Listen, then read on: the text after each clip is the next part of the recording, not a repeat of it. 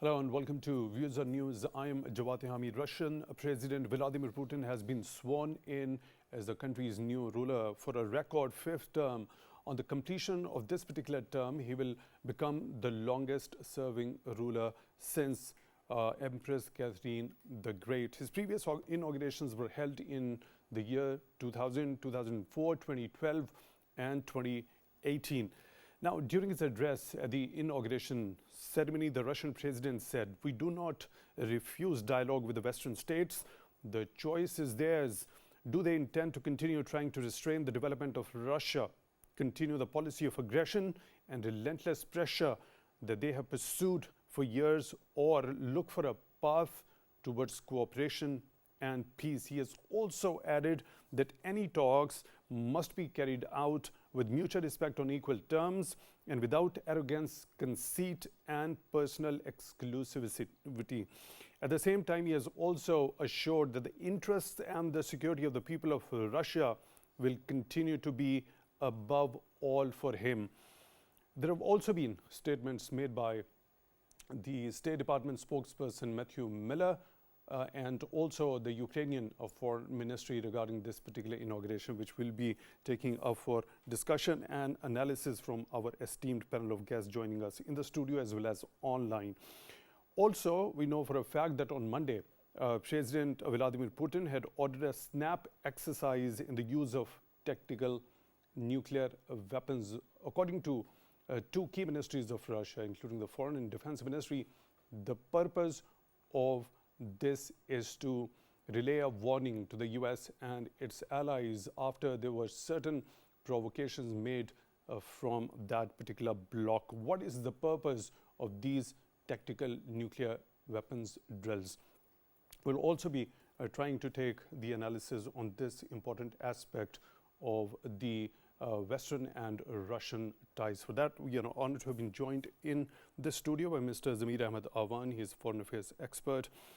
Mr. Awan, thank you very much for your time, for being with us on the show tonight. Really appreciate that. On Skype, at the same time, we are honored to have been joined by Dr. Shazia Anwer Cheema, international relations expert. Dr. Shazia, thank you very much for your time also, for being with us on the show tonight. We really appreciate that.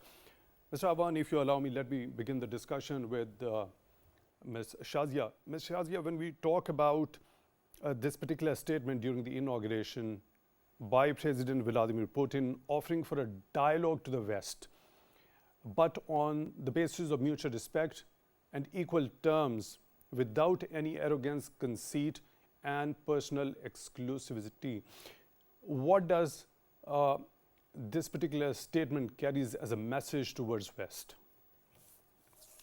Yes, of course, President Putin has said in his inaugural speech that he is ready to have dialogue with West, but of course, as you have said, that without any bullying, without any pressure, and on equal basis. We can understand this statement in the Ukraine-Russia conflict better, as few of us might have known that in the very beginning, Russia has tried to de-escalate the situation. And President Putin mentioned in his interview, in a very famous interview with Tucker Carlson, that the very last minute, that effort to de-escalate this situation was sabotaged by the US and Britain, mainly by the Britain. And he said that he felt betrayed by his Western friends who practically arranged that meeting. And then he didn't mention Angela Merkel and Emmanuel Macron, but we all know that what he mentioned was that his Western friends betrayed him, and he lost his hope, and he felt like he was stabbed in his back. And we can understand this statement in that light, that Russian version is that this war has been imposed on Russia by the West, having a proxy war in Ukraine. So that's a very different narrative. That's not the narrative which is commonly known in the Western world.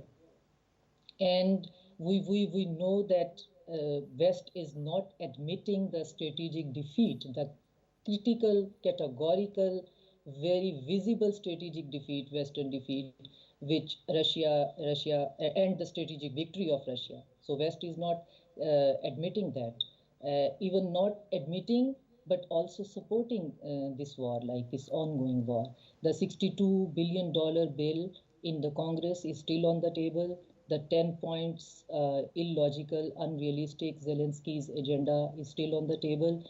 And more of that, the French Foreign Legion, like one division, has been summoned to the Kiev, to Ukraine, and the first advance parties already, the 100 soldiers are already in the cave. So my point is that the Russia is trying to address the broader West and categorically explaining that stop bluffing with Russia because Russia will call your bluff. And that's what Russia did before this inaugural speech. Last week, Russia summoned French and UK ambassadors in the foreign office, and reports are that they were given very hard time. They were given harsh reality check that you have to stop, otherwise, as you have mentioned in your intro, that we are starting tactical nuclear exercises just because of these provocative statements. So the situation is that Russia is categorically winning this war, and West is not admitting it.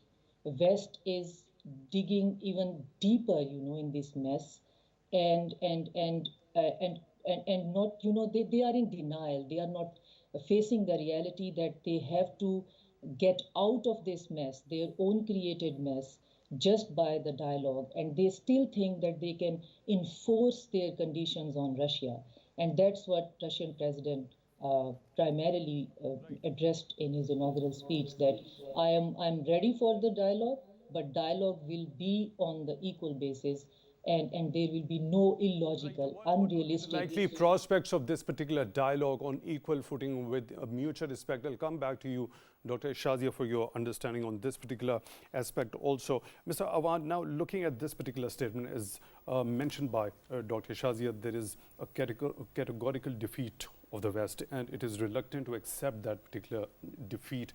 Now, by looking at this statement by President Putin, he has offered dialogue to the West, and the choice is theirs. That's what he has said, to continue to restrain the development of Russia, continue the policy of aggression and relentless pressure that they have pursued for years, or look for a path towards cooperation and peace. Now, the first half of it, continuity of the policy of aggression, how do you relate that particular thing with the view just given by Dr. Shazia, that a categorical defeat on the part of the West, which it is reluctant to accept? Well, let me start that if we look at the President Putin as a President of Russia for 3 consecutive terms, during his term, there was a lot of development in Russia. He took charge when the Russia was collapsed already.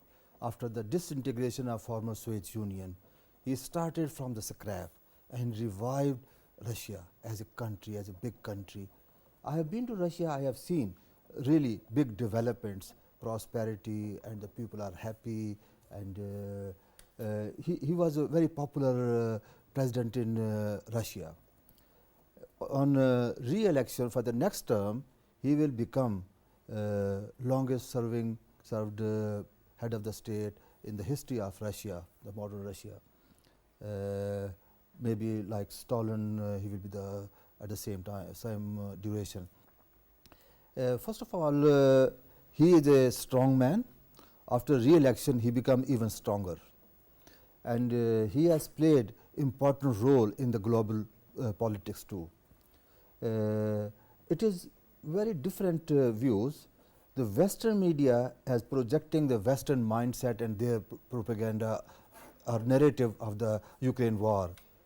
The Russian have the different narrative. If you explore the facts, Russia has observed patience and restraints attacking Ukraine. They have given all the chances for the peaceful settlement of the issues. The issue was that the expansion of NATO. The NATO was created to counter former Soviet Union or the counter Russian Pact, Warsaw Pact countries. With the disintegration of former Soviet Union, there was no Warsaw Pact existed, and there was no need for NATO. But NATO kept on expanding and especially surrounding the Russian, especially the countries neighboring to the Russia. The NATO was taking them, inducting them as a member.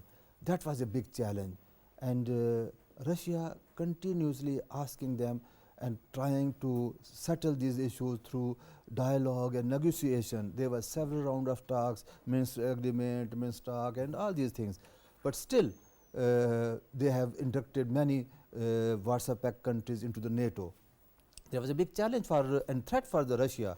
Finally, they have to use force, and initially, Russian has termed it a military strikes short term to achieve certain objectives and come back. It was not planned a long term war, but NATO has prolonged the war. The more they have prolonged the war, the more have complicated the situation. And now there was a visible divide in the Western allies, especially European allies and America.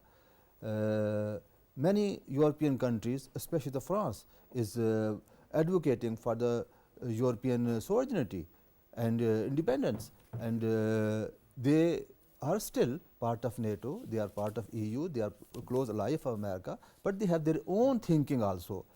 They wanted to end the war. Most probably, Russia also want to end the war. Russia has achieved whatever they wanted to achieve, that is to secure its border. The territories which Russia has already occupied will serve as a buffer state, and maybe they will ask for a agreement with the Ukraine to end the war, that the Ukraine will never ever join NATO. That is Russian concern and threat to the Russian integrity, and it is their right. Definitely, it is the basic right of all nations, all countries to be respected and equal rights. President Putin's these remarks are very much justified. Whether you are a small country or a big country, strong country or weak country, you should be respected and treated as on the equal terms. Right. Let me proceed with the discussion. We're honored to have been joined in the studio by Ms. Naela Chohan, former Special Secretary, Foreign Affairs and former Ambassador. Thank you very much for your time, for being with us on the show tonight. Really appreciate that. We are taking the analysis regarding the statements, very significant statements made by President Putin during his inauguration for the record fifth term, offering dialogue on the basis of mutual respect and equal terms without arrogance, conceit, and any personal exclusivity with the West. How do you think this offer might be or should ideally be taken up by the West, and what should be ideally the response from that side? Well, it's a very interesting development. From both sides you could see that there are mixed messages. When you listen to President Putin's statement, while reiterating his position, he has stated that he is willing to speak to the West. So that already is a positive statement. As far as United States is concerned, although they boycotted the ceremony, so did the British. But the United States stated that we have boycotted it, but Putin is the president. You know, it's kind of a reality they have to accept. Now, the interesting thing as a student of international relations for me is that are they going to now work on START? You know, because once the new president takes office, all the nuclear agreements, other agreements between United States and Russia would have to be renegotiated, because 2026 is the expiry date for the START. It is my earnest hope that the positive messages coming from both sides can culminate into something which results in peace for the world. Okay, so positivity regarding this particular statement when we talk about President Vladimir Putin. Now, is there any positive sort of a statement that has come from the US in particular. You already referred to that statement given by Matthew Miller, the State Department spokesperson, accepting the reality that President Putin is going to be the president, is going to continue in that capacity. Acceptance of the reality that he's going to continue as the president for the next term. Do you think it's going to ultimately lead in a little bit of a change in the approach of the people at ranks there in the United States of America? And what likely contours do you think could be of that particular change of approach towards Russia when we talk about the US administration is concerned, given the fact it's the election year as well? Exactly. But at the same time, the Ukraine conflict raging with every single passing day. You see, so there are three different aspects that you have alluded to. One is the mixed message from both sides, positive, negative, together. A lot depends on who would be the next president of United States. Would it be Mr. Trump? Would it be Mr. Biden? Would it be some dark horse that we don't know? Is yet not clear. But whoever it is then will affect or influence the further development in the relationship. As far as Ukraine is concerned, again, President Putin has given positive message. But how far would President Zelensky, after having suffered that, I would say, disappointment with the West, that they were fueling the fire at the cost of the lives of Ukrainians, instead of helping them reconcile and live in peace.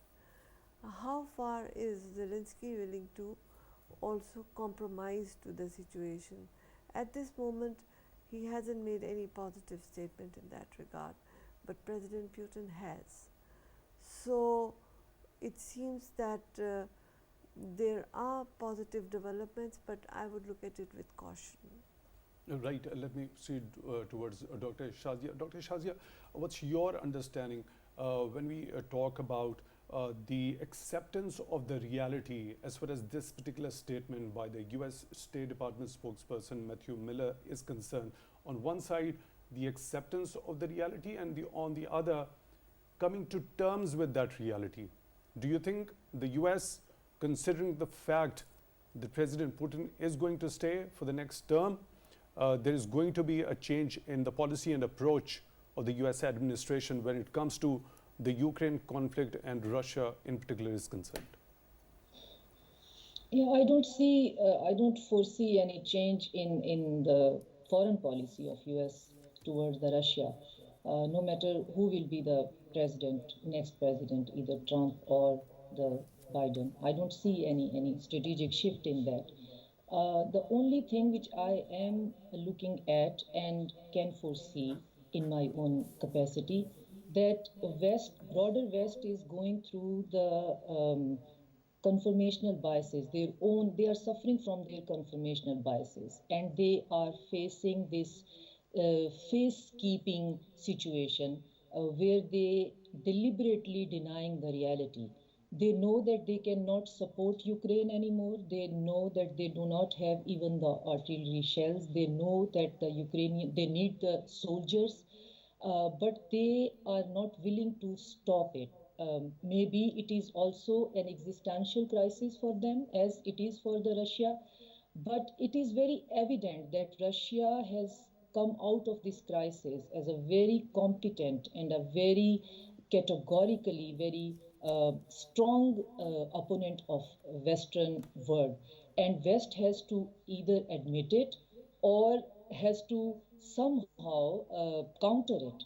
So they are going for the counter reacting strategy, and for that strategy, what reports are available out in the media, in the market, that West is not stopping the help, as I have mentioned earlier, that French soldiers are not on ground, but French Foreign Legion and entire division of French Foreign Legion is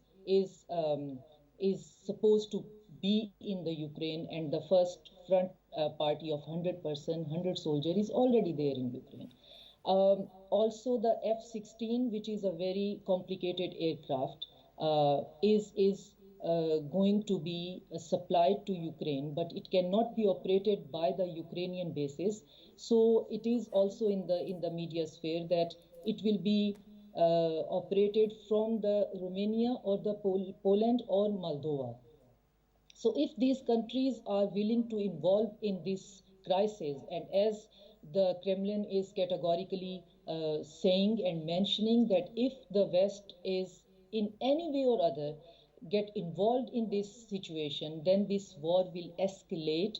And specifically regarding F-16, because F-16 is a aircraft carrier which can carry the regular bomb and also the nuclear bomb as well, the nuclear tactical stuff as well. So Russia said that F-16 is technically a nuclear weapon. So if they face this situation of having this involvement of Romania and Poland or Moldova by the West and the F-16s, Russia will attack on their bases, and they will destroy the aircraft and they will destroy the bases.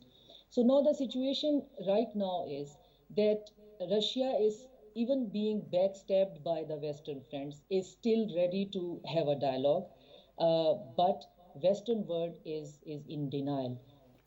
Maybe they don't know what dialogue they want to make, because their dialogue is always on exclusivity.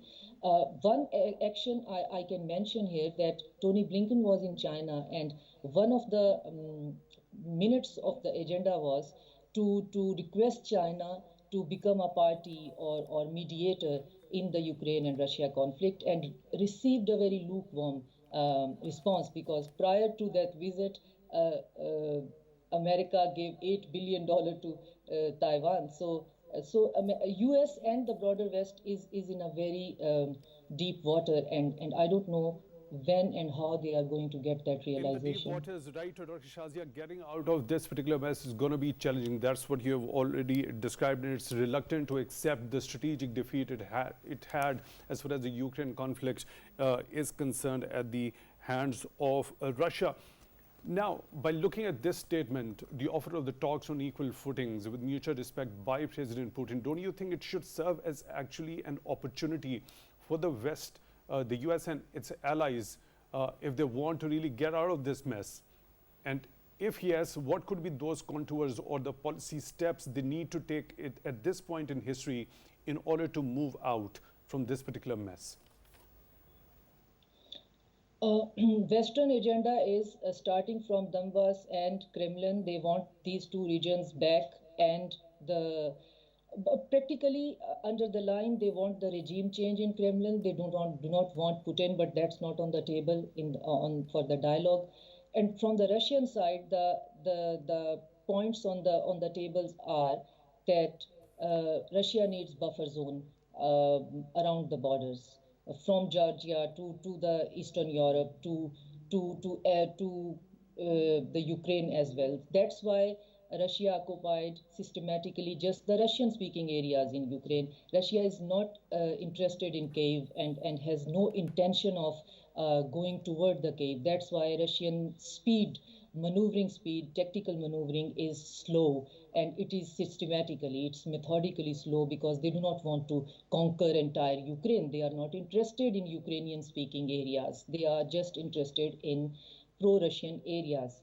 But the problem is that West is suffering from Russophobia, and it is so deeply ingrained, and it is so deeply seeped into the general population from the state and the power corridors, that they do not know how to get out of it. They have created an entire rhetoric, an entire myth of Russia having the will to conquer the broader West, and that was not created like 100 or 200 years ago. It was like it is deeper than the surface we can see right now. Couple of people says that it started from the British, like the old British Empire, and It is so deep that the Russophobia, encountering Russophobia is the biggest issue right now. So Russia has categorically said that Russia is not expansionist. Russia does not want to expand territories. Russia does just only need buffer zones. Russia does not want NATO on its border, because President Putin, in one of his interviews, mentioned that he even tried to become part of NATO, but he was given cold shoulder. So if he cannot become ever part of NATO, so he does not want NATO on his doorstep. That's his only demand, and Your point is Western taken. world Dr. is Shazia, afraid your of. point is taken. Your point is taken. Let me proceed with this particular point towards Mr. Awan. Mr. Awan, the Russophobia, one very pertinent point mentioned by Dr. Shazia. Is it the basic factor that has contributed to the escalation of this particular Ukraine conflict, and even the West wants to get out of this mess? And considering this an opportunity, the offer of the talks by the Russian president, who is going to sit in the office for another term. I endorse Dr. Shazia's point of view. That's true. However, it was, I believe that it was imposed on Russia. Russia was left with no other option. They were pursuing Ukraine to join the NATO, and they have given the green signal that in future they will Ukraine will be the member of NATO. So Russia has no other option. So Russia has no other option, but looking at this statement, shouldn't it be considered an opportunity on the part of the West, if they really want to get out of this mess and to save their face from that particular defeat they've had in this particular conflict? Isn't it a golden opportunity for them to consider Definitely. and hold negotiations with Russia? Definitely. Being a diplomat, I believe negotiation and dialogue is the only way forward.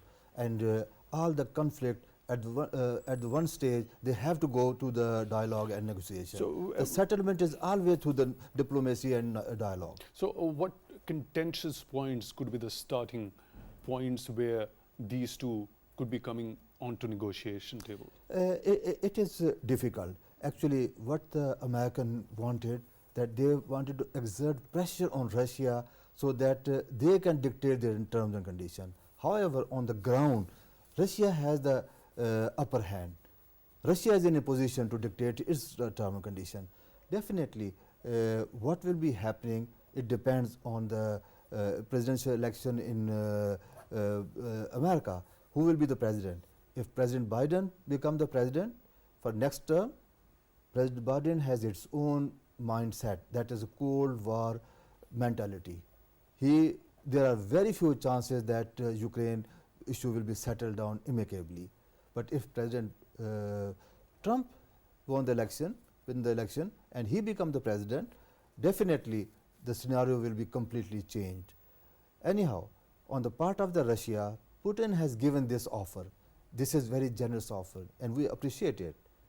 Definitely, it is his right to negotiate on the equal terms, on the equal status, and this is a basic requirement. What could be the possible changes if Trump comes into power again? Trump is a different mindset person. He is not totally against Russia. He always emphasized America first. He was the person who agreed to withdraw its troops from Afghanistan. He was not promoting the wars all around the world. Biden is the product of the Cold War era. He joined politics in 1970s when the Cold War was at the peak. So he was trained and he was tuned to the Cold War tactics. So there is a complete different of opinion, different of the approaches, President Trump and Biden. If Biden stay in the administration for the next term, definitely little achievement will be How do you analyze this statement by President Putin? The interest and the security of the people of Russia will continue to be above all for me. Definitely, every president have to, this is a political statement, every leader have to safeguard his own people. That is first priority. Otherwise, he will be no longer president in Russia. That is his right, and he is absolutely right. Right.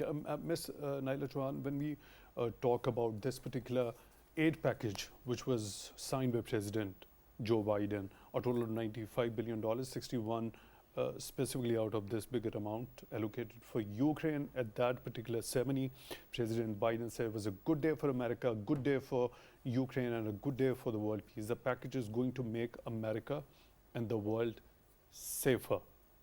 Do you see any sort of positive overtures after the signing of this particular bill of aid package towards Ukraine? I think, as I said before, it's fueling the fire. It's not going to help the Ukrainians. And I agree that this is this old Cold War mindset. The world has changed. Russia is no longer Soviet Union. But the American leadership still seems to be in the Cold War mindset. If you look at EU, even in EU, different countries are now taking different positions. So when it comes to NATO itself, NATO is going through a lot of internal rethinking and, introspection. So by instigating Ukraine, by giving them arms, by sending troops, it's reviving the old Cold War scenario. The world is no longer in that. So it is damaging American economy, although major part of American economy is on their defense and arms industry. So their arms industry may thrive, but generally the economy is suffering already. And you can see even in BRICS, they are talking of now de-dollarization. So the world is changing.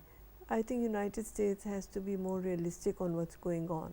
So any sort of possibility when you talk about stationing of the NATO troops on the ground as far as the Ukraine conflict is concerned? There is this Russian state media is quoting one of the Italian media outlets that NATO will oppose sending troops to the battlefield in the Ukraine conflict, according to a draft policy document that has to be approved by a bloc summit in Washington in July. Now, that comes in the wake of the kind of statements which have been made by President Macron, who did refuse to rule out the deployments, arguing that this rhetoric is a part of a strategic ambiguity approach aimed at deterring Russia. So there was an indication from that particular statement by President Macron that there could be a possibility of stationing the NATO troops on the ground in Ukraine.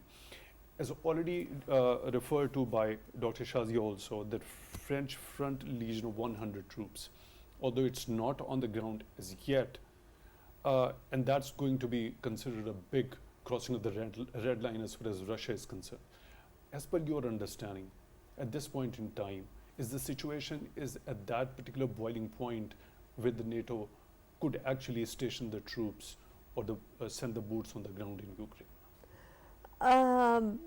You see, NATO as yet has been involved, but through proxies, not directly, because if NATO gets directly involved, then it would be an all-out war between the Western powers and Russia, and that can then escalate.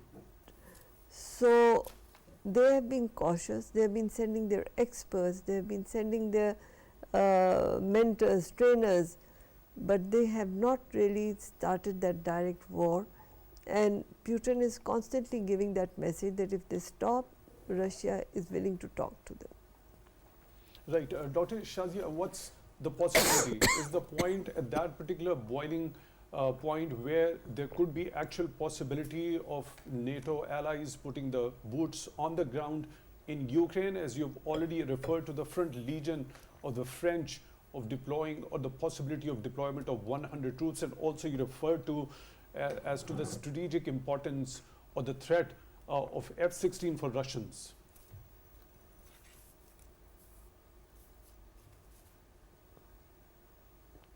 Dr. Shazia, unfortunately we can't hear you. If you could kindly unmute yourself, please. Can you hear Please me go, now? please go ahead. Yeah, so I was saying that I can only refer to the defense analyst, which I am following. I'm not a defense analyst, so in my opinion, the world is going to be changed forever, and it is a big reality check for the broader West, and by broader West, I mean EU and Americas. The European Union has divided within. Emmanuel Macron is stating again and again and reiterating that he wants to participate actively in Ukraine war. And Italy, on the other hand, Hungary, on the other hand, they are categorically denying this possibility. Czech Republic, which I am right now, Czech Republic is very willing to become party in that war. So this polarization is going toward a shift where this strategic ambiguity is going to be resolved forever. And there is another thing that NATO itself, without America, cannot function because European Union, they do not have their own arsenal, their military arsenal. So they have stopped long before producing them. So for our viewers, it is very important to understand that Russian model of military hardware is state funded, and it is run by the state, funded by the state, and it is an ongoing process. Whereas the Western countries, specifically America, they have these military contractors, and one has to give them a contract, and then they can produce the whatever hardware, military hardware is asked for.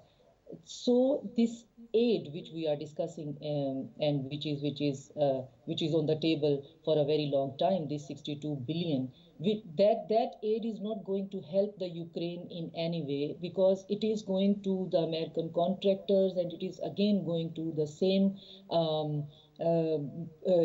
statesmen, again those neocons and neoliberals, those who are so into this war, and those who are so willing to have this war economy. So the only thing which I can categorically and firmly state here is that world is not going to be the same again, and this war is not going to be won by the Western world. West has in no position to win this war because they do not have military hardware, they do not have soldiers, they do not have their functional armies, they just have NATO. And NATO is correlated with the decisions of America. Today, Biden is willing to be party in this war.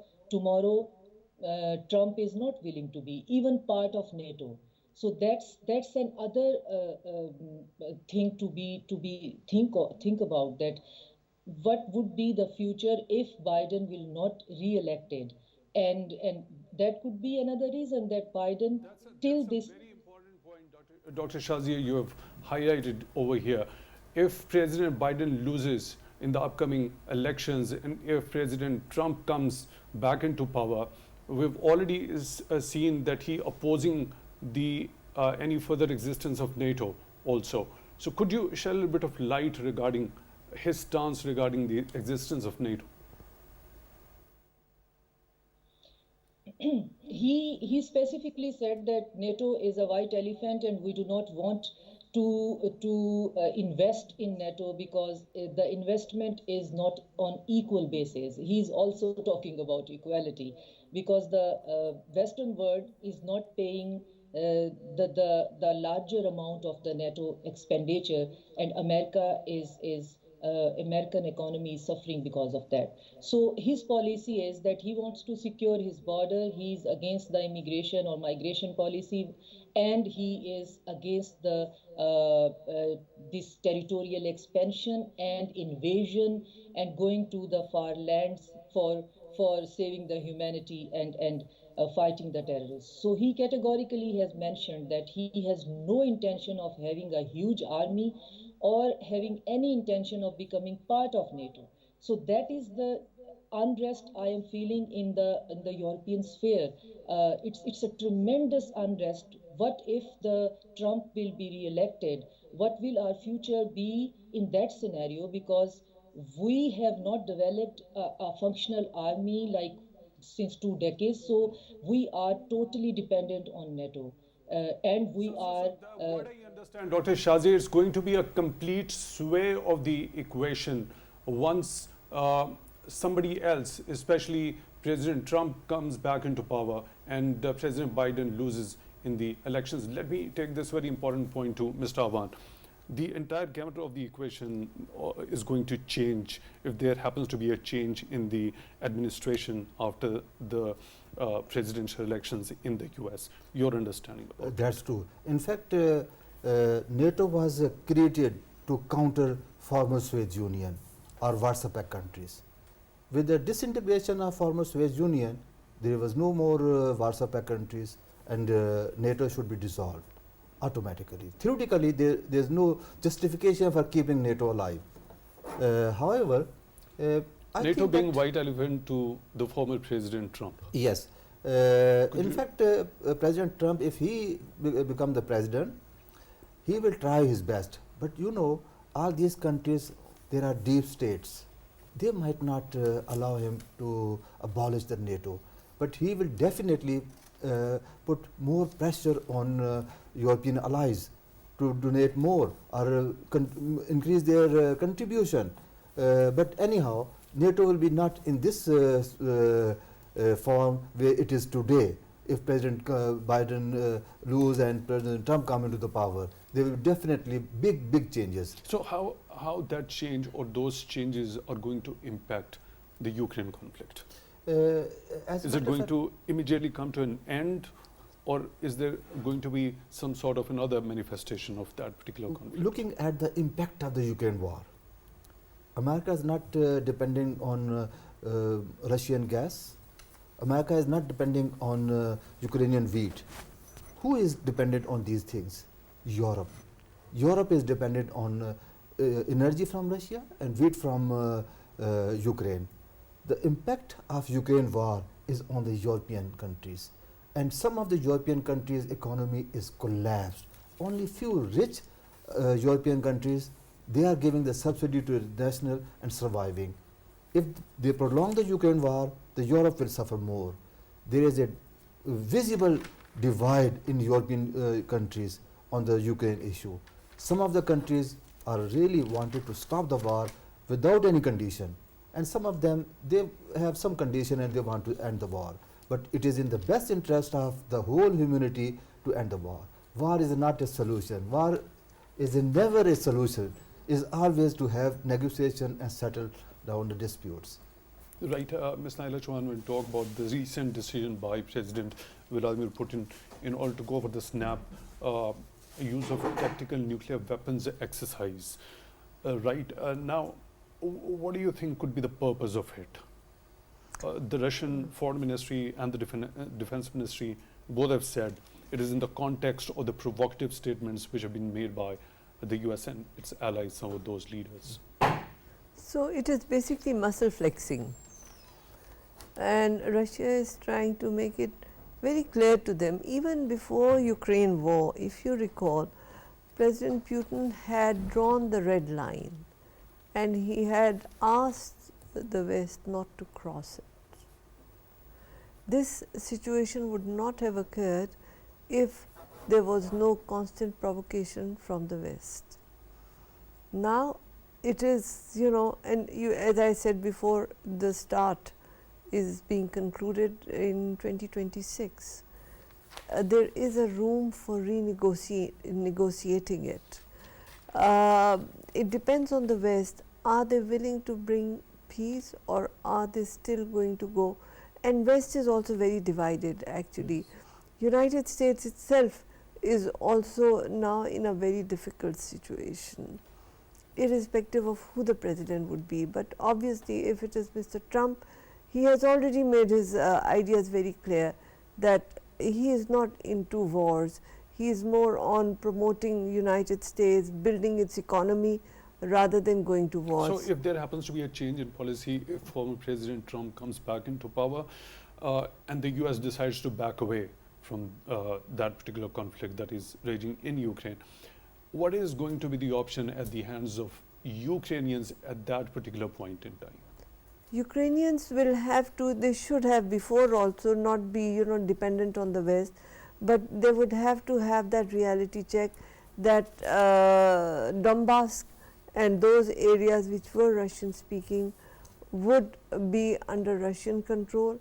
President Putin is not interested in taking over Ukraine. If he was, he would have done it by now.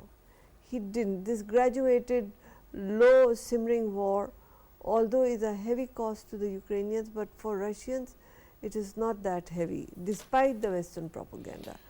So Ukraine will be the loser, and I think Ukrainians have had a bit of reality check on how far these promises of aid packages are, dependable or not. Right, Dr. Shazia, what are going to be the options for the Ukrainians themselves if in case the US backs away from its support in case if former President Trump comes into power? Ukrainians cannot undo that Euromaidan and the cookies and the sandwiches they have taken from Victoria Nuland, which is no more in the office, which has also abandoned them. So the fate of Ukrainian is it's strange to say that they are just the victim of the ambitions of the broader West. The moment they have decided to become the proxy of the Western world, just by taking the bait of that they are going to be part of European Union, was a mistake. And the regime change in the Euromaidan was engineered by the Nuland, was a mistake. And this mistake has been accepted, but it cannot be rectified. So we are short of time, Dr. Shazia. Mr. Awan, a quick point regarding as to options at the hands of Ukrainian in that sort of a scenario if Biden administration is not re-elected. The ground reality is that Russia has the upper hand and Ukrainians have to accept the terms and conditions imposed by Russia. Mr. Zamir Ahmad Awan, Foreign Affairs experts, thank you very much for being with us on the show. Ms. Naela Chohan, former Special Secretary, Foreign Affairs and former Ambassador, thank you very much for your time. Also on Skype, we were joined by Dr. Shazia and Cheema, International Relations Expert. Thank you very much for your time, also for being with us on the show tonight. Really appreciate that. With that, we'll come to the end of today's show. Till the next one, take good care of yourselves.